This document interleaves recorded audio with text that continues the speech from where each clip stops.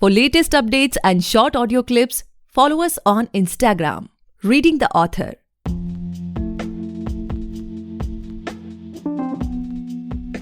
Hey guys, welcome back to the podcast Reading the Author, a unique show where we read authors' mind and not their book. Meanwhile, I truly believe and pray that you and your families are completely safe and healthy as well. Today we have Nisha Simone Rukad ma'am with us, the author of Real Ass Poetry, Real Ass Poet. Thank you so much ma'am for coming on our show. We are highly grateful that you have taken the time and able to be on our show as a guest. Thank you so much for having me. Hello, everyone listening. It's nice to be here. Okay. So, ma'am, before we get into the podcast and know much more about your book, about your future plans, about your upcoming projects, I would like you to please give a short introduction of yourself so that our listeners can know much more about you. Well, I'm originally from New Brunswick, New Jersey, but I do live in Atlanta. I've been living in Atlanta for a while now. I served in the military. That was pretty interesting. A lot of people ask me, would I do it over again or would I go back? And I always tell them no, because I didn't like the experience. I hated it. Okay. But the benefits were good. But I'm very family oriented. I have a really big family. Okay. A lot of kids. I don't have children, but I have a lot of kids in my family. And that's pretty much it. It's just me and my dog at the moment. Okay. So, ma'am, like you just said, you served in the military and all those things. So, how do you get that idea that okay, I want to write a book? Like, when was the first thought that came over to you? Well, it was a while ago. So I was working at this job and I started to create. I got like a notebook when I was sitting at my desk and I just started writing. That wasn't the first time that I was writing though. I've been writing since I've been about 12 or 13 years old. But I was just sitting there and I was like, I want to do something with my poetry because I've always wanted to do something with it. So I actually started writing poems for like people who have passed away and loved ones and letters to moms and dads and things like that. And I started putting them on little placards and selling them. But that was really time consuming. So I was like, I don't want to do that anymore. But I knew that I wanted to do something with my poetry. So I ended up getting a new job and I actually hated it. Okay. I was miserable. I was so miserable. I didn't want to be there. So I was like, you know what? I think this is a good chance to really figure out what I want to do with my poetry. So one night I'm laying in my bed and I'm just like, it dawned on me and I'm like, I'm going to write a book.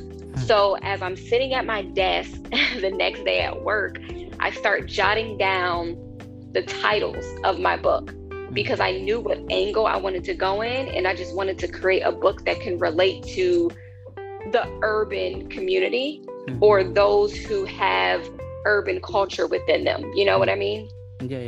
So that's how it started. I started with the titles, and then once I got all my titles written out, then I started my book. Okay. So that seems to be really interesting. But ma'am, as you all know that the book has been released, and I just saw that on Amazon it's performing really well. And I must say that most of the people must have read it, but there must be some sort of people around the world who haven't read it yet. So what they can expect from that book? Like, can you share some insights from it? Oh yeah, so basically it's a book of manifestation, inspiration, and it promotes self-growth. So my initial target is to help people grow into their higher self. I feel like a lot of people are stagnant in certain situations. That might be their career, that might be relationships, and so on and so forth. And I just wanted to create something for those people. I was, stagnant and, a Miss Know-It-All at one point in my life, but I grew from that. And with all the knowledge that I've gained over the years, I put that in my book to help these individuals grow. Okay. So it seems to be really interesting, and most of all, it seems to be really inspiring. And what I have read from the blurb or from the reviews that each poem conveys some motivational messages as well. But Yes. what I want to personally ask, ma'am, is when it comes to it's your first book, right? Okay, so ma'am, what I personally feel that when most of the people you start writing or enters in this industry, they prefer to be in the safe side as in they prefer writing in the fiction genre and on the romance genre and all those type of things. But you have experimented something new and in your first book as well.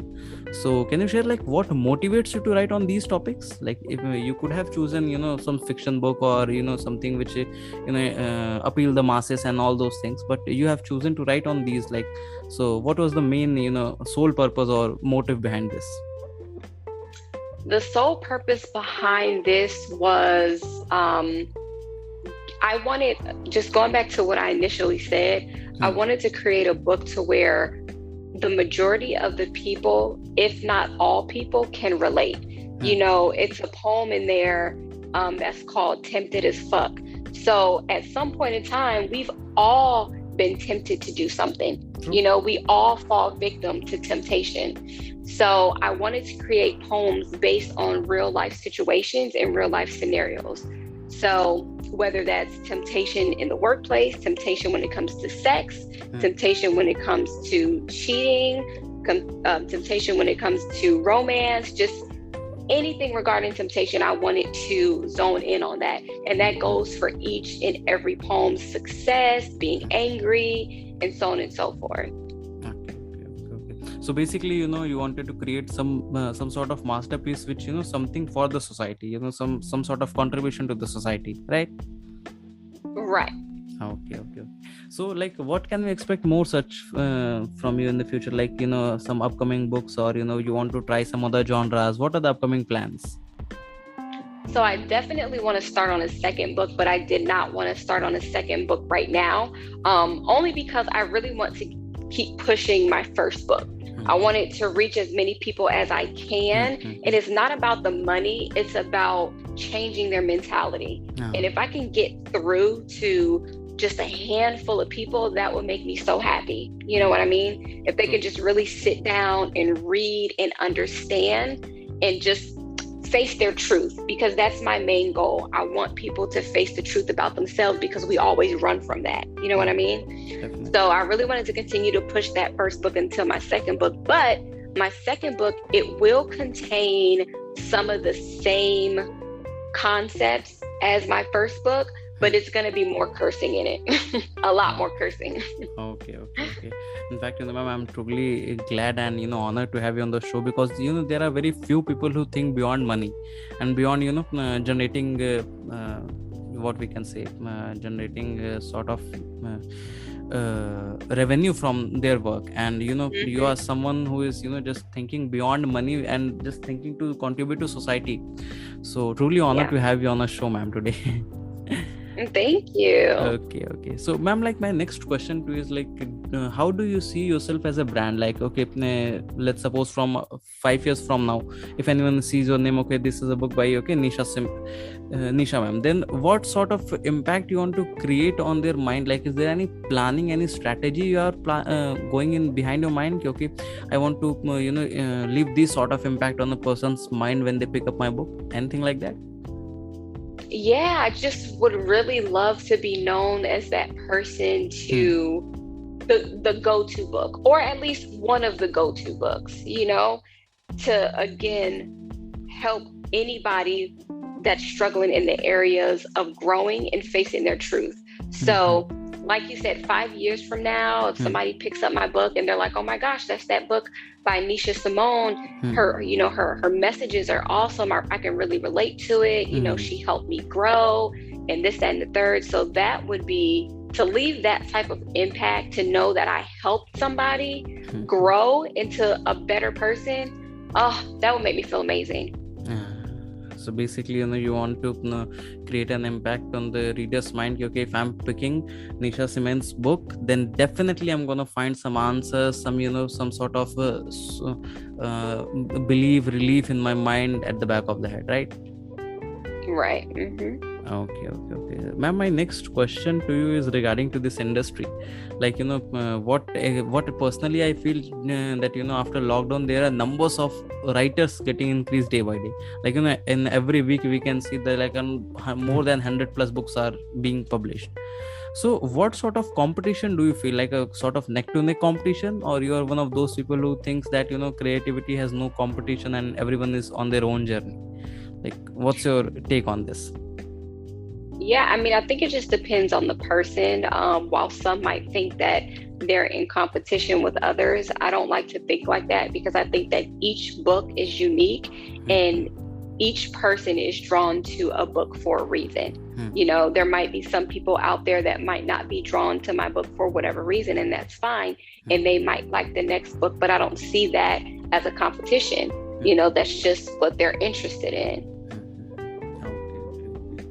Okay, so ma'am, like you have shared with us in few minutes ago, like you are writing from around 12 to 13 years.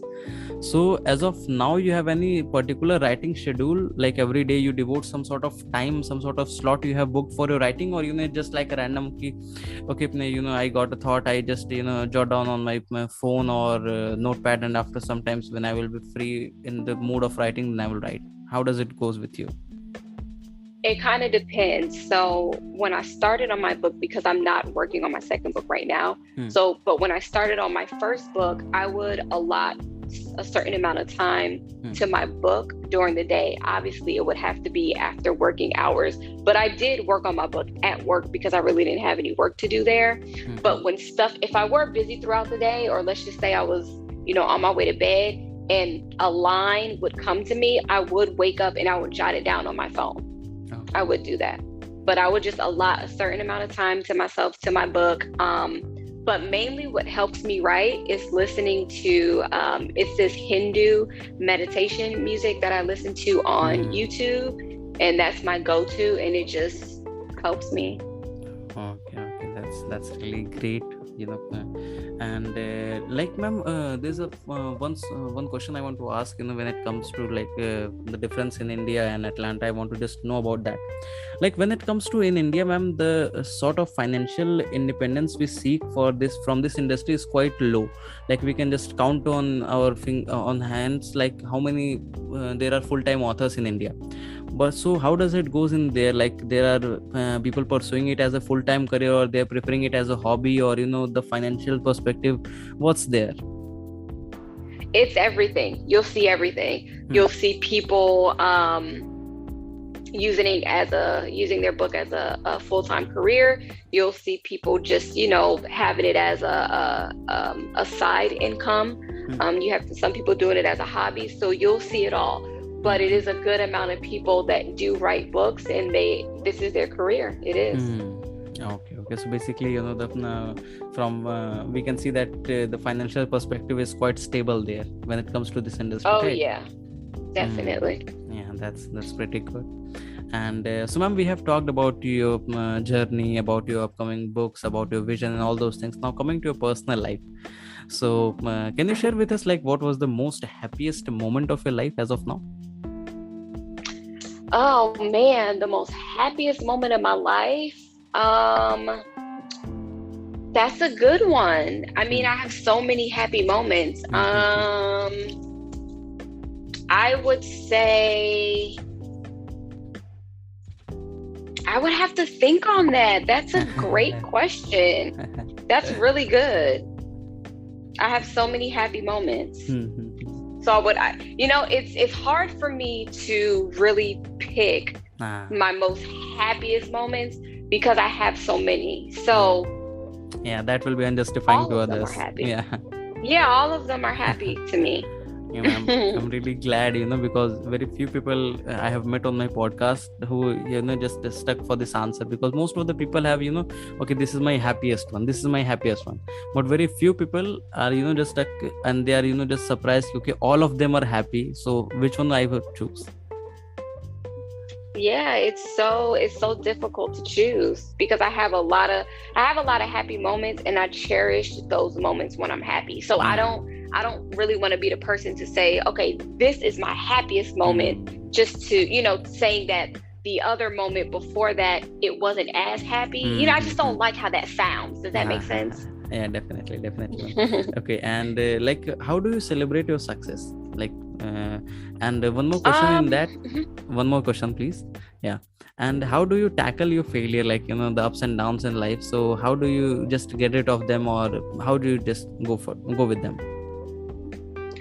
So my successes, it depends. I can, simply congratulate myself and be ecstatic.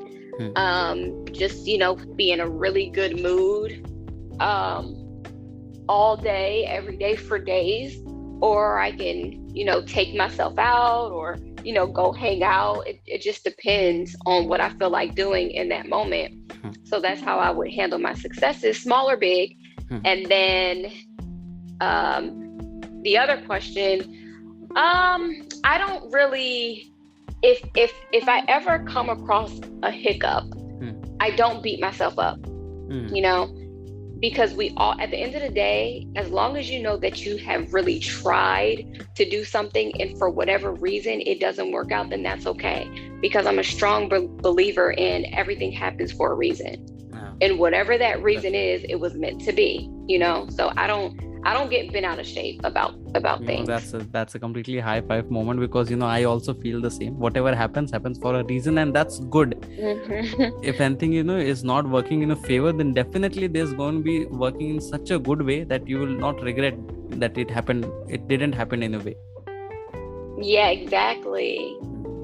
Okay, so ma'am, is there any sort of particular line or quote you want to share with us, which stuck with you from a quite from a long time? Like, there must be some sort of quote, line, or which is stuck with you, reminding you in your mind most of the time. Any line if you want to share?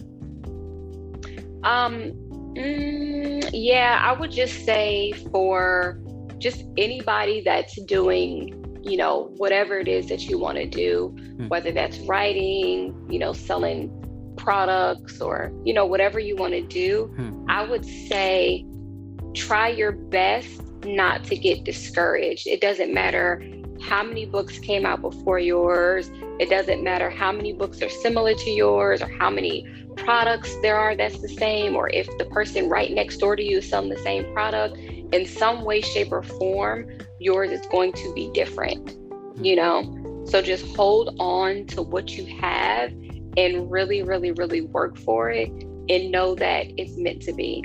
It's all about your mind state. It's all about your state of mind. This is something which I'm gonna keep personally from this podcast for my life.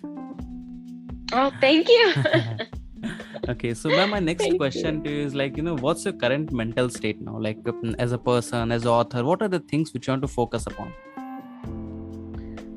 My mental state overall is great. I try to focus on everything good.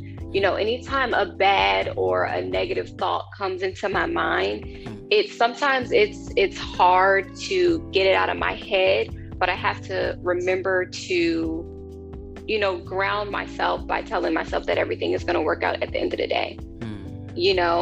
So whatever it is that I'm working on, future goals or what have you, of course you're going to have some doubt. We're human. We that's what we do. We doubt as humans. It's our nature. Definitely. But it doesn't mean that we have to live that way. So just I alter my way of thinking, and like I said, what's meant to be will be, and you just have to be patient. I'm going to say this, and this is something that I tell a lot of people. Whatever you have in the moment, now think about this. Whatever you have in the moment is everything you need, literally. Everything you have right now is everything you need. And it's getting you ready for your next steps. Because if you're ungrateful in this moment, then you're not going to be grateful for your next moment. You're not ready to receive what's next if you're not even happy or grateful for what you have right now. And it might be small, it might be big, but you can't look at it like that. You just have to be grateful with what you have in this very moment. That's so true, ma'am. From quite a few days ago, I'm just sort of stressed for some new sort of project, some new sort of things. And the word which you have said, everything is preparing for something better. And that's so true. Things are just falling on the exact places as they have to be. And so right, it's one more thing which I'm gonna keep from podcast. just cut this clip and want to listen for my whole life, because it's really Yeah. inspiring for me. And Thank you. okay, so my last question to you of this podcast is like, there must be many sort of people who just will be holding their draft as of now, or just about to write. So what are your one piece of advice for the upcoming authors, like a single advice if you want to give, what would be that? I would just say write from your heart. Anything that you're feeling that's like literally that's in your heart, but your head is telling you, oh, that doesn't sound good, or they might not like this, or you have to put stuff out there that you feel like this person is going to read and that person is going to read. You don't have to appeal to every single person, just the type of audience that you're trying to grasp their attention. So if you write, just always ensure that it's from your heart and not your head. Because if it's from your head and you go back and you read it, your heart is not going to like it. Your heart is not going to be into it. Does that make sense? Definitely, ma'am. What I personally feel, there are many people and every book will find its reader for sure. Okay, so that's all for today, guys. I hope you must have enjoyed this episode, and if you do, then do follow our podcast, Reading the Author, available on all the leading podcast platforms. And don't forget to buy and read the book. Just go on Amazon, search Real Ass Poetry, Real Ass Poet. You will find the book. Just buy it, read it, and share with your friends and family. Thank you so much, ma'am, for enlightening us with your words. It was truly an amazing experience to have you on our show today. Thank you so much for having me. It was amazing.